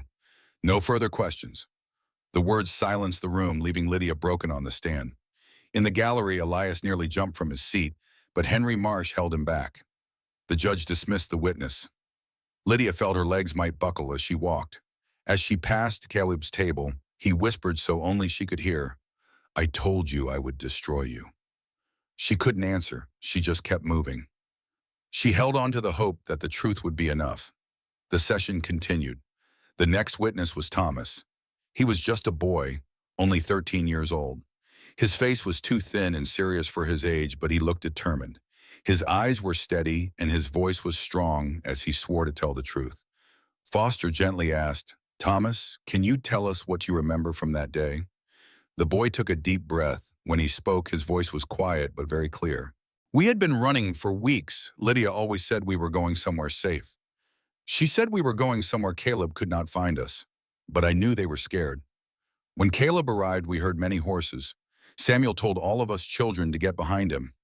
He told Lydia to be ready to run if things turned ugly." Thomas paused. "Caleb rode in with 6 armed men. He acted like he owned everything. He ordered Samuel to hand over the children. Samuel said no. Samuel said we were not property. Caleb just laughed and called him a weak man." Thomas's voice trembled. "Caleb said if Samuel wasn't useful, there was no point to him. Then Samuel turned just to make sure Lydia was safe behind him. And that is when Caleb shot him in the back. Samuel did not even have a gun." The entire courtroom was completely silent. Even Caleb's lawyer looked shocked. Foster asked, "What happened after that?" "It was chaos," Thomas said. "Lydia screamed, and one of Caleb's men shot her in the shoulder. Even some of Caleb's own men started arguing, not wanting to harm women and children. Lydia, though she was hurt, told me to grab the others and run, so we all ran. We ran for days. Lydia was in so much pain, but she never let us stop. She said Caleb would keep coming for us, and he has. He has never stopped." Foster finished his questions. Now it was Prescott's turn to speak. The lawyer looked uneasy. He knew that attacking a child witness was a very bad idea. "Thomas," he began, and his voice was much softer than it had been with Lydia. "With Lydia. You've been through a lot. Everyone in this courtroom can see that, but I need to ask you some questions that might be difficult. Do you understand?" "Yes, sir. Good. Now you say you saw my client shoot Samuel Rowe, but you also admit that things were chaotic. People yelling, horses moving, dust everywhere. Isn't it possible that in all that confusion you might have been mistaken about what you saw?" "No, sir. No, you sound very certain." "I am certain." Thomas's voice was steady, his eyes meeting Prescott's without flinching. "I was standing right behind Mr. Samuel. I saw everything. Mr. Caleb raised his gun and pointed it at Mr. Samuel's back. He pulled the trigger. I saw the bullet hit. I saw Mr. Samuel fall. But you were frightened, weren't you? And frightened children sometimes see things that aren't really there." "I was frightened," Thomas agreed. "But I wasn't imagining things. I know what I saw, and what I saw was murder." Prescott's expression tightened almost imperceptibly. "You've been living with Mrs. Rowe for months now. First on the road, then at the McCord Ranch. Isn't it possible that she's influenced your memories, that she's told you what to say?" "Mrs. Lydia never told me what to say. She didn't have to. I was there. I saw what happened. And yet, your story matches hers perfectly. Doesn't that seem convenient?" Thomas was quiet for a moment. When he spoke again, his voice carried a weight that seemed far too heavy for a 13-year-old boy. "My whole family died of cholera," he said slowly. "My ma and pa, my little sister. I watched them all die one by one, and there was nothing I could do. After that, I was alone. Nobody wanted me. Nobody cared if I lived or died. And then Mr. Samuel and Mrs. Lydia found me. They took me in. They treated me like I was worth something. Mr. Samuel used to say that family isn't about blood, it's about love. He died protecting that belief. And I'm not going to let his killer get away with it just because some lawyer thinks I can be confused or manipulated." The courtroom was utterly silent. Prescott opened his mouth, closed it again, and for a long moment simply stood there, seemingly at a loss. "No further questions," he said finally. Thomas stepped down from the witness stand and walked back to his seat. As he passed Lydia, she reached out and squeezed his hand just for a moment, just enough to let him know that he had done well, that she was proud of him, that he was everything Samuel had believed he could be. The day's testimony continued with more witnesses, more questions, more legal maneuvering. But something had shifted in the courtroom. The doubt that Prescott had so carefully cultivated was beginning to crack, replaced by something that felt almost like conviction. That night, back at the boarding house, Henry Marsh was cautiously optimistic. Thomas was incredible, he said. Prescott couldn't touch him, and the jury saw it. You could tell by their faces. They believe him. Is it enough? Lydia asked. I don't know. Caleb's lawyers still have tricks up their sleeves, but for the first time since this trial started, I actually think we have a chance.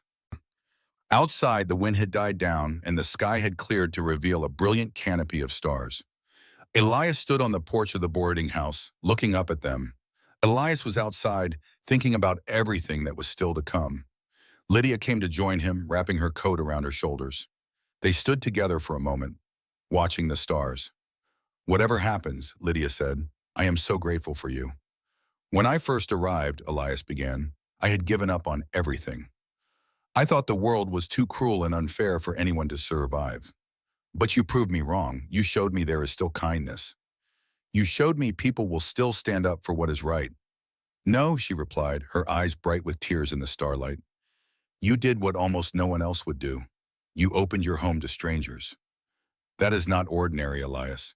That's extraordinary, and I will never forget it. He reached out and gently took her hand in his. Whatever happens, he said, we will face it together, as a family. As a family, she repeated, holding on to a sliver of hope. The final day of testimony brought a surprise no one expected. Caleb was on the stand, playing the part of a grieving, loving brother. Elias had to admit the man's performance was incredibly convincing. Just then, the large courtroom doors burst open. Everyone turned to see a woman walking down the center aisle. Behind her were two men that Elias recognized with a shock. They were Caleb's men, the very same ones who attacked the ranch. But now they walked into the court with their heads bowed. What is the meaning of this? Judge Pierce demanded. The woman stepped forward. Your Honor, my name is Martha Simmons. I was Caleb Rowe's housekeeper for 15 years, and I have evidence that will prove he murdered his own brother. The entire courtroom erupted into chaos. Caleb's face went completely pale as his composure finally cracked. Through the noise, Judge Pierce banged his gavel, demanding order. With all respect, Your Honor, she said, I have signed confessions from his men, in Caleb's own handwriting, outlining his plot to murder his brother. That is impossible, Caleb shouted, his voice cracking. This woman is lying. Sit down, Mr. Rowe, the judge ordered coldly, turning to the witness. Martha Simmons, please approach with your evidence. Martha testified that she had hidden the damning letters for years, too afraid to speak up. Then two of Caleb's former men took the stand, their consciences finally catching up. They confessed to their role in Samuel's murder, confirming everything in the letters. In his own script, Caleb had written of his deep hatred for his brother. His plan was to eliminate Samuel, take the family fortune, and deal with the orphans. After all the testimony was heard, the judge called for the jury to deliberate. This changes everything, Henry Marsh said, his voice trembling with hope. With this evidence, there is no way Caleb can escape. He is finished. But Caleb Rowe had one final desperate play left to make. During the recess, one of his remaining men pulled out a hidden pistol. As Lydia and Elias stepped outside, he raised the weapon and took aim. Look out, Thomas shouted, throwing himself at Lydia to save her. A shot rang out, missing them and striking the courthouse's brick wall. In an instant, Sheriff Brooks and his deputies tackled the gunman to the ground. The courthouse steps erupted into chaos, with people screaming and running for cover. When the dust settled, Lydia and Thomas were both completely unharmed. Caleb, however, was dragged back into the courthouse in chains, his face twisted with rage. You cannot do this to me, he screamed over and over. I am Caleb Rowe. You are under arrest for attempted murder, the sheriff said calmly. The verdict came 2 hours later. Judge Pierce read the decision aloud to the silent, packed courtroom. On the charge of murder in the first degree, the jury finds the defendant guilty. For a moment there was silence, and then the entire room exploded with emotion. People cheered and cried as Lydia collapsed into Elias's arms, sobbing with relief. After months of running and living in fear, their long nightmare was finally over. The judge banged his gavel to restore order. This court is adjourned. As the bailiffs led a defeated Caleb away, he turned to give Lydia one last, hateful look. His face was blank, completely empty of feeling. You have not won, he whispered, a man already disappearing. Lydia simply replied, I already am. And with that, her nightmare was over. Outside the courthouse, the setting sun painted the sky in brilliant colors. Elias stood with Lydia and the children, surrounded by a supportive crowd. But through all the noise and celebration, he only saw her. He held her hand as she turned to him. "What happens now?" she asked. "Now we go home," he answered.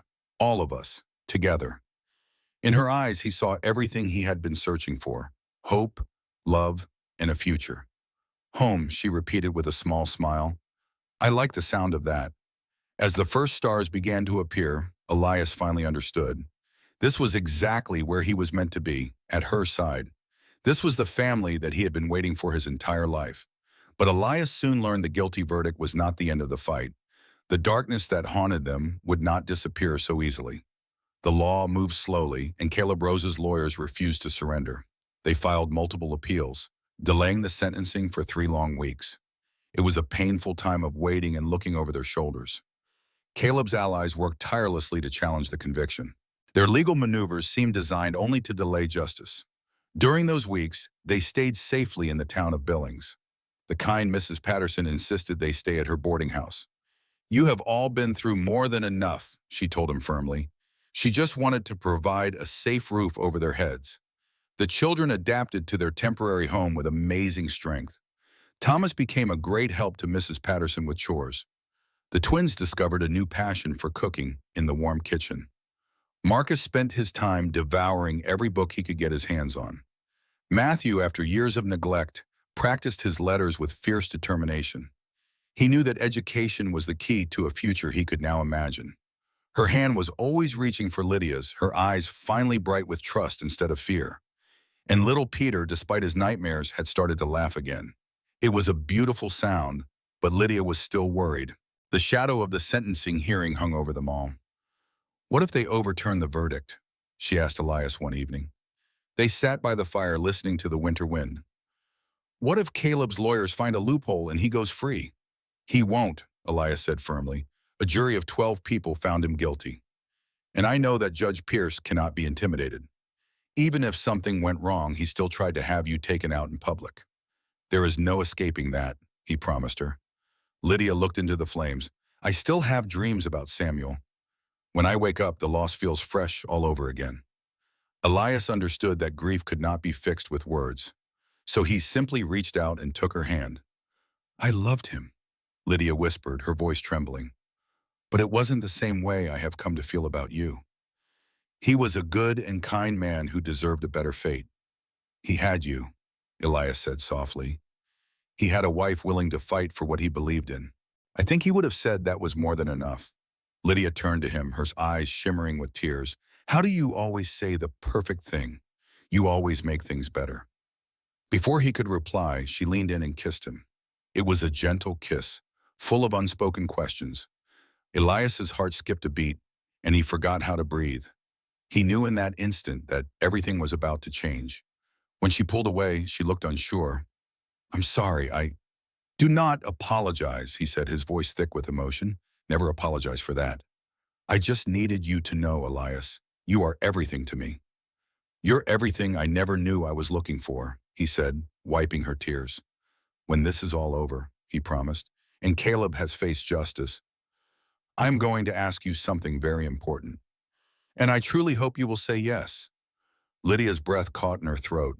He pressed his forehead to hers. They sat close by the fire. 2 wounded souls were finally finding a way to heal. The morning of the sentencing dawned clear and cold. The huge Montana sky seemed to stretch on forever. Elias wore the suit from his wife's funeral as he helped the children dress. They were all going to the courthouse as a family. "Are you nervous?" Thomas asked as they walked. "A little," Elias admitted. "Are you?" The boy paused. "Do you really believe the truth is enough?" "I believe good people have stood up against evil," Elias replied. "And whatever happens, we will face it together." He put a hand on his son's shoulder. "That means everything, Thomas. It really does." The courthouse was quiet now. The curious crowds were gone. Only the key people remained: family, friends, and law enforcement. A few reporters lingered, waiting for one last headline. Caleb Rowe sat at the defendant's table in his prison uniform. His expensive suit was gone, and he looked thin and hopeless. But his cold, calculating eyes had not changed at all. When he stared at Lydia, his gaze was full of pure hatred. "All rise." Judge Pierce entered and sat down, looking very tired. He seemed burdened by the decision he was about to make. "This court will now sentence Caleb Rowe for murder in the first degree. Mr. Rowe, you have the right to make a statement. Do you wish to speak?" Caleb stood up slowly, his chains clinking in the quiet room. His voice was different now, quiet and without any arrogance. "Your Honor," he began, "I want the court to know that I accept responsibility. My awful anger and jealousy made me do something unforgivable to my good brother Samuel. I can see now what a wonderful man he was, and what a good wife Lydia was to him." The courtroom was completely still as Elias watched the conflict on Lydia's face. In the silent courtroom, Elias watched Lydia's face, a battleground of emotions. She was torn between Caleb's desperate plea for forgiveness and the memory of his terrible actions. "I know nothing I say can fix the harm I have caused," Caleb continued. "I know the children will carry these scars for the rest of their lives." He asked for a chance he did not deserve, hoping for some good to come from all the pain. "But I am asking for mercy, so hatred is not the last thing I offer this world." "I tried to be better at the end," he said, and sat down. The judge studied him, then noted the town's demand for the maximum sentence. Judge Pierce spoke carefully. "The court has received many statements. This includes statements from Mrs. Lydia Rowe and her children.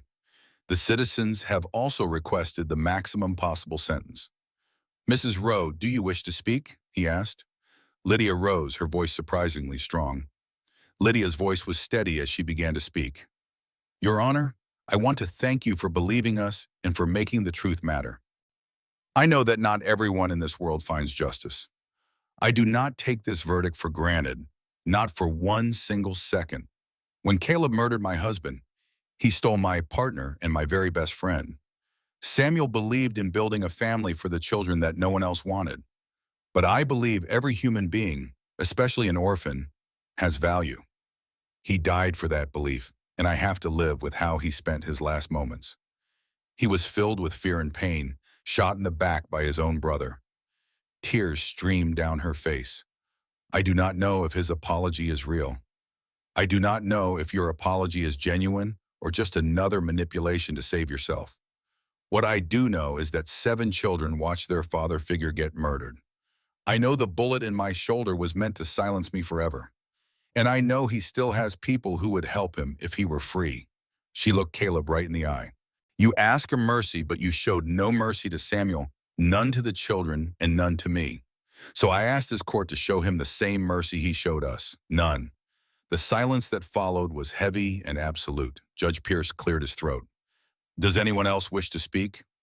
To the entire room's surprise, young Thomas stood up.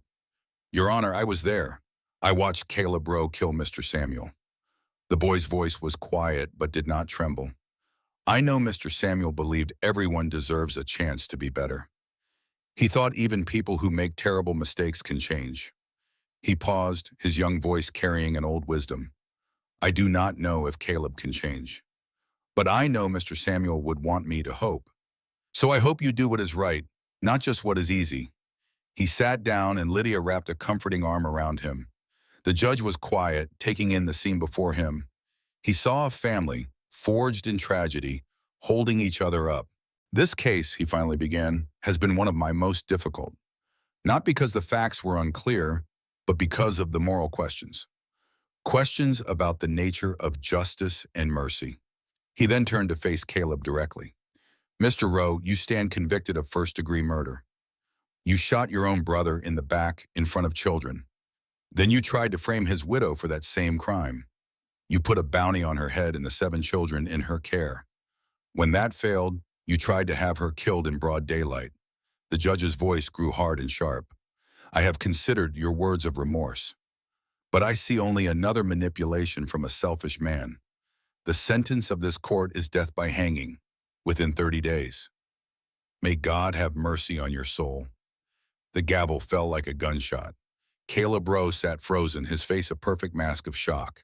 But any performance of sorrow was an act. As the guards moved in, something inside him snapped. "This is not over," he screamed, fighting his chains. "Do you hear me, Lydia? My friends will finish this. You will never be safe." His voice echoed loudly. They dragged him away until his voice was gone. The heavy doors slammed and a strange quiet fell. The execution was set for the end of the month. Until then, their lawyer Marsh urged them to stay put. "Caleb still has allies out there," he warned them. So they remained in Billings, waiting under a dark cloud. Lydia threw all her energy into the children. She built a world of routines and comforting meals. She taught them recipes from her grandmother.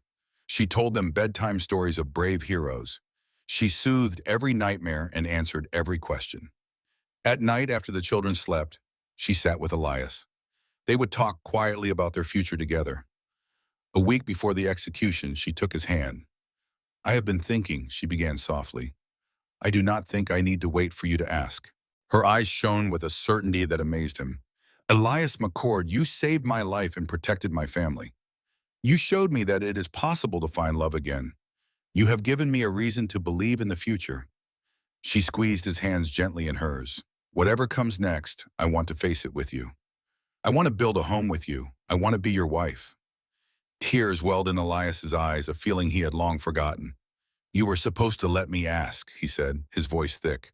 On one knee, "I was going to make a speech." She smiled. "You still can. Just say it to your future husband." He laughed, a warm and genuine sound, as he pulled her into a hug. "Yes," he said into her hair. "Yes, Lydia Rowe. I will be your husband. I will be a father to your children. I will spend my life trying to be worthy of you." "You already are," she whispered, holding him tight. They stood there for a long moment, tears of joy on both their faces. "We should tell the children," Lydia said. Elias agreed. "In the morning. Tonight is just for us." They sat by the fire, holding hands, talking about the life they would build together on the ranch. For the first time in a very long time, Lydia let herself dream of a happy future. But their peace was interrupted 3 days before the scheduled execution. Sheriff Brooks arrived at the boarding house, his face serious. "There's been a development," he said grimly. "Caleb Rowe was found dead in his cell this morning." Lydia rushed in from the kitchen. "What? How?"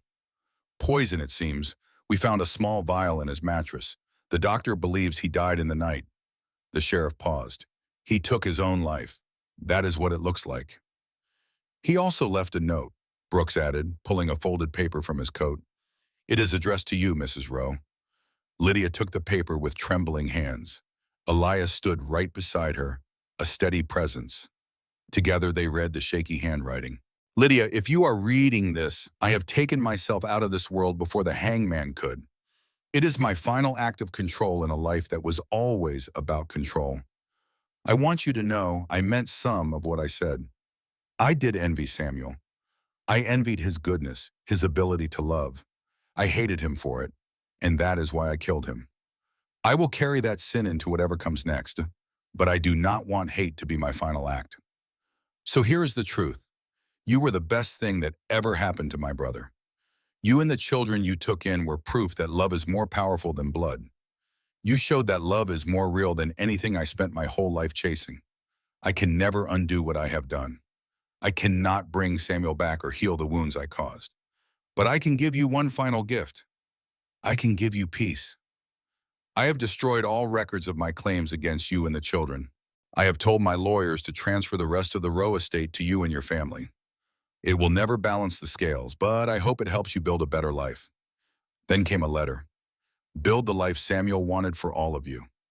Tell Thomas his testimony was the most courageous thing I have ever seen. They are not orphans or burdens. They are miracles, every one of them." The paper shook in Lydia's hands. Elias gently took it from her. He gathered her into his arms. "It is over," he said. "It is really over." "I wanted him to face justice," she whispered. "But this is still justice. A different kind, but justice. But it does not change what he did." Elias agreed. "No, but it changes what we can do." She looked at him, and a new vision began to form in her eyes. "Elias, do you know what we can do with that money? We can help other children. We could build a refuge, a home for orphans just like ours. We could do so much good," she said, a smile finally breaking through. "Isn't that what Samuel would have wanted for us?" Elias looked at the strong woman before him, and his heart was full. Yes, he said, I think that is exactly what Samuel would have wanted. Weeks later, they held a small memorial service for Samuel. Pastor Hart spoke of a man he had deeply admired. Samuel Rowe believed that family is not about blood, the pastor said. He believed that love is the only bond that truly matters. Because of him, 7 children will grow up knowing they are loved. The children sat in the front pew, and Thomas put his arm around Emma. At the service, the twins held hands in silent grief. Marcus was stoic, and even Matthew stayed quiet. Young Peter, the boy who survived the prairie alone, reached out and held tightly to Lydia's hand. Afterward, they all stood by Samuel's memorial stone. His body was lost, but his memory now had a home. It was a place where they could finally mourn together. You would have liked him, Lydia whispered to Elias. I feel like I know him, he answered, through you. He would have been happy that I found you, she said. Someone who loves the children as much as he did. Elias looked at her. And I love you, Lydia. I will spend the rest of my life honoring his memory. I know, she whispered. That is why I chose you. As the Montana sun set, the children gathered close. They were a family, forged in loss, and ready to begin anew. The next month, the complicated adoption process began. None of the children had any official records or papers. There was absolutely no proof of who they were. But their lawyer, Henry Marsh, was an expert at his job. He came back from the judge with great news. He's on our side. Your heroic story is famous all over the territory. He knows you gave these orphans a home and stopped a killer. Judge Warren was ready to approve all 6 adoptions. All 6? Lydia asked. Marsh explained Thomas was a special case. The judge suggested making him a legal ward because of his age. This would give him more freedom while still being protected. I want to stay, a voice said from the doorway. It was Thomas. He stepped in confidently. I want to be part of this family. I do not care what the legal term is, as long as I belong. Lydia held his hands and promised, you will always belong, Thomas. On a beautiful spring day, the adoption was finally made official. Judge Warren signed in the papers right there in his chambers. The 6 children were now the legal children of Lydia and Elias McCord. Thomas was their ward on paper, but in every way that mattered, their son. The judge congratulated them on their wonderful new family. Elias proudly called them the best family in all of Montana. That night, Mrs. Patterson brought over a huge dinner to celebrate. Their small cabin was finally filled with warm and joyful laughter. Their new lives. Pastor Hart raised his glass of cider. He made a toast to the McCord family and to love's triumph over darkness. Everyone at the table echoed his warm wishes. Surrounded by loved ones, Elias felt a gratitude he had not known in years. Not since Margaret's death had he felt so alive. He was thankful for the storm that brought Lydia and 7 children to him. He was thankful for the family they had all become. For the first time in years, Lydia slept without a single fear. After the celebration ended and the children were asleep, she lay in Elias's arms and felt a knot of anxiety finally loosen. She had forgotten what it was like to breathe so freely. Elias asked what she was thinking about in the quiet dark. She said it was strange to finally feel safe from Caleb Rowe's shadow. He told her she deserved this peace, that they all did. She nestled closer, feeling his warmth and strength. After her first husband died, she thought she would only ever survive. But now she wanted to truly live, not just get by. She wanted to watch the children grow and grow old with Elias. He kissed her forehead and promised they would have everything together. She fell asleep in his arms, her dreams finally filled with light. Their wedding was held at the ranch, under the cottonwood trees. It was a simple, beautiful ceremony with family and close friends. Miss Prudence Walker, now a trusted ally, was there to celebrate. Lydia wore a new dress of pale blue cotton, no mending needed. She carried wildflowers the children had gathered from the hills. Elias wore the same suit from Margaret's funeral, but it felt different. This time, the suit was a symbol of hope, not grief. Pastor Hart spoke about how their family was unique. He said they had already built a life together, forged in hardship, a life strengthened by their incredible love for one another. They were finally giving their life a proper name. They called it marriage. They called it family. Elias kissed Lydia, and their 7 children cheered. He felt his late wife's presence as a quiet blessing. By loving again, he was honoring her memory. The long journey was over. They were finally home. Their first spring on the ranch felt like a promise. Slowly, the heavy winter snow began to melt. Soon, the brown earth was showing hints of green. New buds started to form on the cottonwood trees. The frozen creek remembered how to flow and gurgle. New life was returning to the Montana landscape. Lydia watched the sun rise over the Beartooth Mountains. The golden light was so beautiful it made her cry. It felt like seeing hope for the very first time. "You're up early," Elias said, holding 2 coffees. His hair was still tousled from sleep, his eyes soft. "I couldn't sleep," she told him, taking a warm cup. "But all my thoughts were good ones." She leaned against him, feeling perfectly safe. "I was just thinking about Samuel and his dreams. I only wish he could see the life we have now." "I think he can," Elias answered her gently. "The people we love never truly leave us, Lydia. His spirit is alive in these wonderful children. He lives in the beautiful refuge we are building. Somehow I am absolutely sure that he knows." Lydia laughed softly through her tears. "So wise," he grinned. "It started when you aimed a gun at me." "I love you," she said. He kissed her. "I love you too." To make breakfast. One by one, the children started to wake up, coming out of their rooms. First, as usual, was Thomas. At 14, he acted like the man of the house. His seriousness made Elias's heart ache. The boy had simply grown up too fast. But slowly he was learning it was safe to be a kid again. Then came the twins, Rachel and Rebecca, moving together as one. At 11, their different personalities made them easy to tell apart. Rachel was the talker, while Rebecca was the quiet one, always watching and thinking. She let her sister lead. Next, a sleepy Marcus stumbled out. He was 10 years old, rubbing his eyes with a wild case of bedhead. He had grown 2 inches since arriving, and his face looked less tired, but sometimes you could still see the sadness in his eyes. Then came Matthew at 9. He was already talking a mile a minute, asking Lydia a million questions. He wanted to know about breakfast, fishing, and even dinosaurs. Then 8-year-old Emma came running down the stairs, full of energy. Her blonde hair flew behind her, her face shining with pure joy. She had finally learned that mornings were safe here. She threw her arms around Lydia. "Good morning, sweetheart," Lydia said gently. "Did you sleep well?" Emma said she dreamed about the new baby horses and riding them. Lydia smiled and told her she could help name them instead. Finally, 5-year-old Peter appeared, not so little anymore. He was holding his stuffed rabbit tight. Peter rarely ever spoke. His words were precious. He walked over to Elias and tugged on his pants. Elias smiled, picking him up. "Good morning, little man," he said. Peter just nodded, and Elias carried him toward the smell of bacon. This was their new life. This was their new family. The refuge, called Haven Ranch, had been Lydia's idea, but it was now their shared dream. It was built with money from the Rowe estate and a lot of help from the town. The plan was big, a home for up to 20 children, plus a schoolhouse. They would learn to read and write, and the older kids would learn a trade. On the ranch, everyone would have a job to do. "You are trying to do too much at once." "Be careful, Lydia," Miss Prudence Walker often warned. But the sharp-tongued woman had become a surprising ally. She now understood the truth about Lydia and the children. "You cannot save every child in the world," she would say. "No," Lydia always replied, "but I can certainly save some. And saving some is always better than saving none."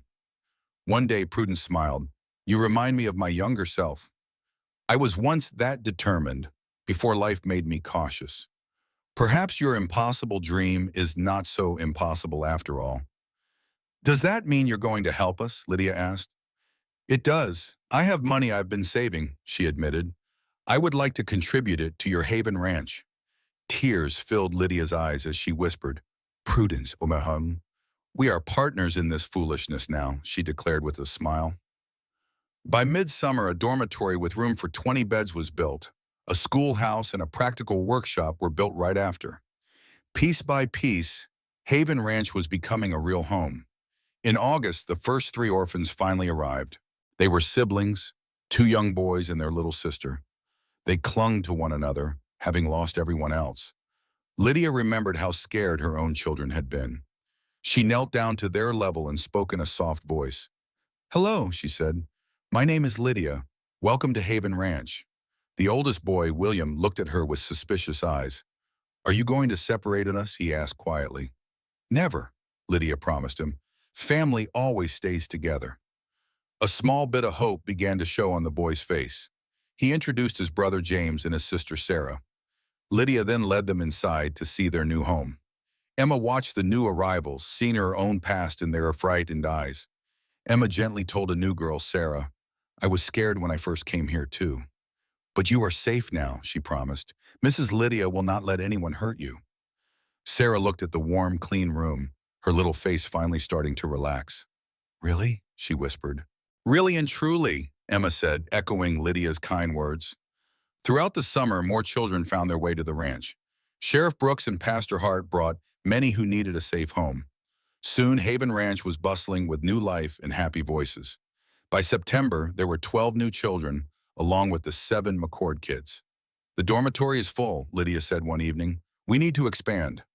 Elias looked at the account books. "We can afford it. The ranch is finally making a profit." "It is more than just money," Lydia replied. "We need more help. We need good people to give these children the attention they need."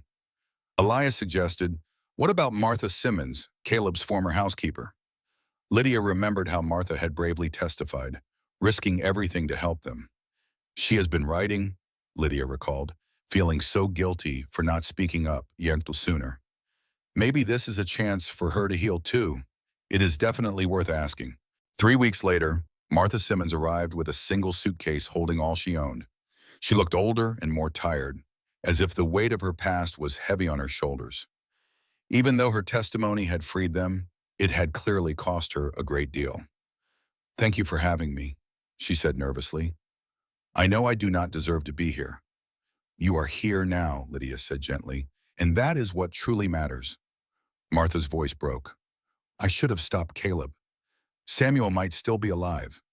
"We cannot change the past, Martha," Lydia told her, taking her hand. "All we can do is make the present better for the children who are here now. They need love and kindness to help them heal. Can you do that for them?" With tears in her eyes, Martha nodded. "I can try." "Then that is more than enough." Fall brought a wonderful harvest, more abundant than anyone had hoped. The gardens and fields provided plenty of food for the growing family. There was enough to eat, with plenty left over to sell and donate in town. All the children helped, learning the joy of hard work and seeing it pay off. The children learned the pride of honest work. Thomas found his calling, leading the other boys in the fields. The twins kept everyone fed, running the kitchen like pros. Marcus discovered a surprising talent for working with the animals. He cared for them with a gentleness no one had seen in him before. Lydia watched with a full heart as her family started to heal. Emma, once fearful, now loved being a big sister to the younger orphans. Matthew eagerly shared his books with children who had never owned one. His questions now sparked curiosity in his new friends. Even little Peter slowly, tentatively, began to speak again. The deep wounds from his past were finally starting to close, and she watched Thomas transform from a boy into a fine young man. When he turned 15 that fall, Elias gave him a truly special gift. It was a horse of his very own, a beautiful mare with a gentle spirit. Elias said, "She is yours to train and care for." Overcome with emotion, Thomas could only say, "Thank you, sir." "You have more than earned it, son," Elias told him warmly. That night, Lydia found Thomas on the porch, gazing at the stars. He asked her quietly, "Do you think Mr. Samuel would be proud of us?" Lydia's eyes welled up with tears. "Oh, Thomas, he would be prouder than any words could ever say," she whispered. "I finally understand what he meant about family not being about blood." Thomas looked at the home they had all built together. "Family is who you choose to love," Lydia said softly. "It is the bond you build through good times and bad. Because of Samuel, all these children know they are loved and they matter." "I want to be like him," Thomas said. "I want to build something that lasts." Lydia smiled. "You already are, Thomas. You already are." Winter returned, just as cold as before, but everything felt different. The once lonely cabin was now bursting with the sounds of a happy family. Their new home was filled with a beautiful, noisy chaos that Lydia adored. She felt safe waking in Elias's arms and loved the quiet moments of grace. 1 year later, on a cold January night, she went outside to check on the animals.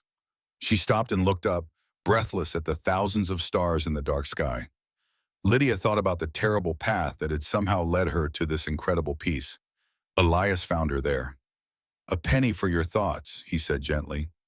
"I was just thinking," she replied, "how the worst thing imaginable led to all of this." "I will never forgive Caleb," she clarified, "but I've learned that good people can grow something wonderful from tragedy."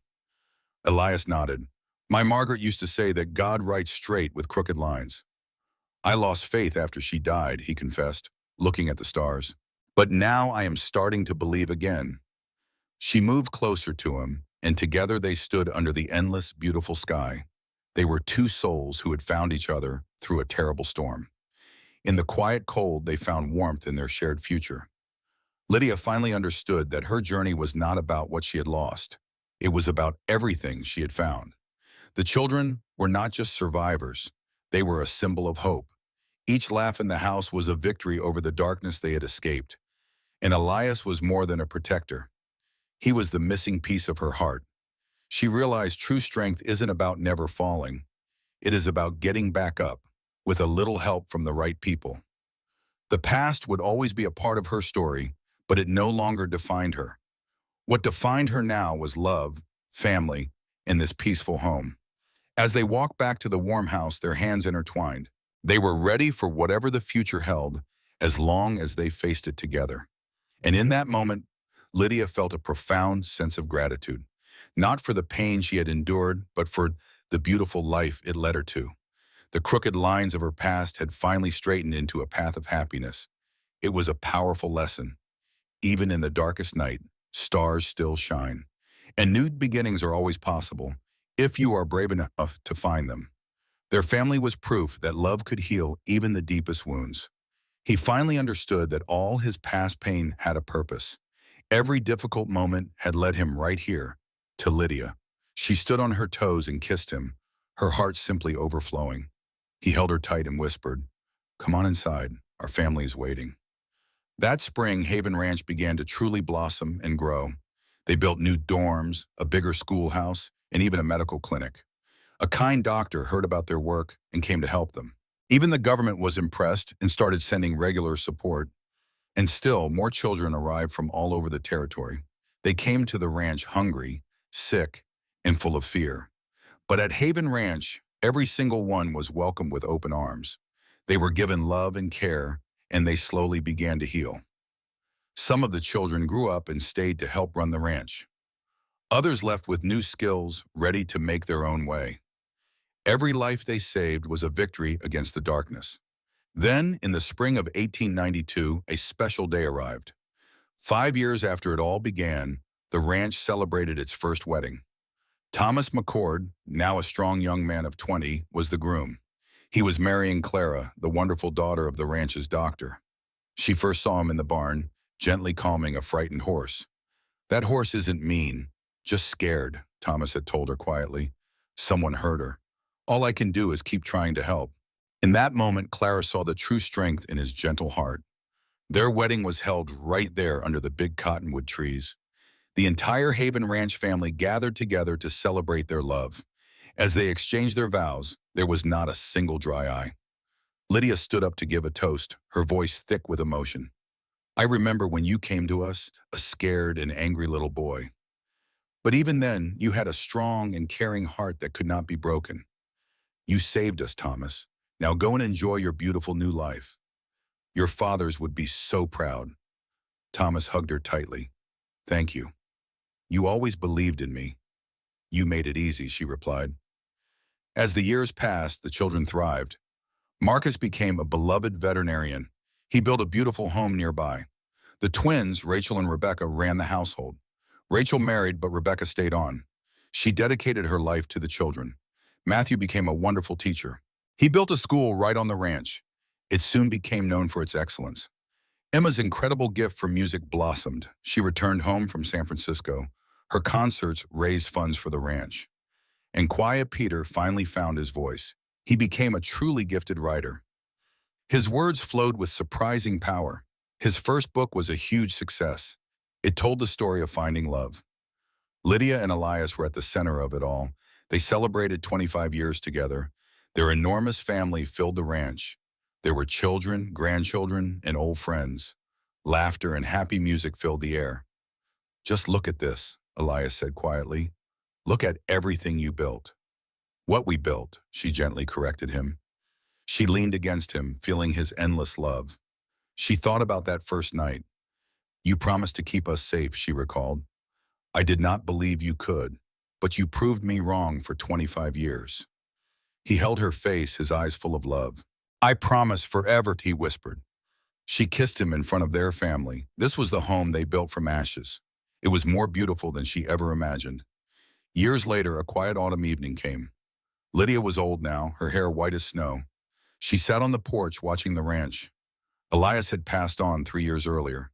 She missed his voice and his warmth, but she felt his presence everywhere, in the trees and in their children's faces. Their son Thomas visited her every day. He brought her great-grandchildren to hear stories. All of her children visited when they could. They filled her final days with warmth. Each one brought their own special light. The children they rescued came back too. They traveled from all over the country. They came to honor the woman who saved them. On her last day, she gathered her family. "I need to tell you something," she said. "When I first came to this barn, I was ready to die. I had given up on all hope and love. I only wanted to protect you children, but Elias refused to let me give up. He saw something in me that I could not see in myself, someone who was worth saving, and he taught me the most important lesson of my life." Emma asked what that was, and Lydia gave a warm smile, one she had shared for over 30 years. She said that love is always stronger than fear, and hope is stronger than despair. Even in the darkest of times, there is always a chance for something beautiful to grow. She took Thomas's hand and said, "You children, this ranch, this family, you are that beautiful thing." They were all crying, but she told them not to be sad. "My story had a better ending than I ever imagined. I am going to see Elias and Samuel again." Thomas promised they would carry on her work and keep Haven Ranch going for generations. She squeezed his hand and said, "I have always known you would do something extraordinary." Lydia then closed her eyes and her family held her close, telling her how much they loved her. As the sun set over the mountains, Lydia McCord took her final peaceful breath. She was surrounded by love, just as she had lived her life. Her funeral was the largest the territory had ever seen. People came from hundreds of miles away to honor the woman who had saved so many. Former orphans, now with families of their own, stood beside the townspeople she had protected. The service was held outdoors, under the same trees where she and Elias had been married. Thomas spoke about the mother who saved him, and Emma sang a song she had written just for Lydia. They laid her to rest beside Elias under a simple stone. At Thomas's request, they carved the words that had defined her entire life. It said simply, "Family is love." Haven Ranch continued on for many generations, long after the McCord children had passed. The work they all started together lived on, growing and changing with the times. The ranch became a lasting symbol of hope in the valley. It was proof that one person's courage and love can make a difference forever. Lydia's legacy was not just in the buildings, but in the countless lives she touched. Each new child who found a home there was a part of her story. Her unwavering belief in kindness became the soul of the community. The spirit of Haven Ranch became a legend in the territory. And it all started with one woman who chose love over fear. The buildings were replaced, but the spirit of the ranch never changed. Children who were lost now had a home and a purpose. Every year, they all gathered to remember the day Lydia passed. They told the story of the bleeding stranger who started it all. She was the mother who adopted 7 children on that cold night. Then she went on to save hundreds more, building a true legacy. They spoke of her incredible courage and her refusal to ever give up. They remembered Elias McCord, who opened his home and his heart, and they honored the children, like Thomas and Emma, who survived so much. Those children grew up strong and went on to change the world. They all spoke of love, which was the foundation of everything. That love had guided them through the darkest times. In the end, it was not about the money, the buildings, or the praise. It was only about the love that found a woman and 7 children in a barn. The love that bravely stood up to a dangerous man. The love that built a home for the homeless and a family for the forgotten. This powerful love became Lydia's legacy and Elias's final gift. It was the story of Haven Ranch, a place born from tragedy. It became a story of triumph, proving what good people can do. It was, and always would be, a story of finally finding home.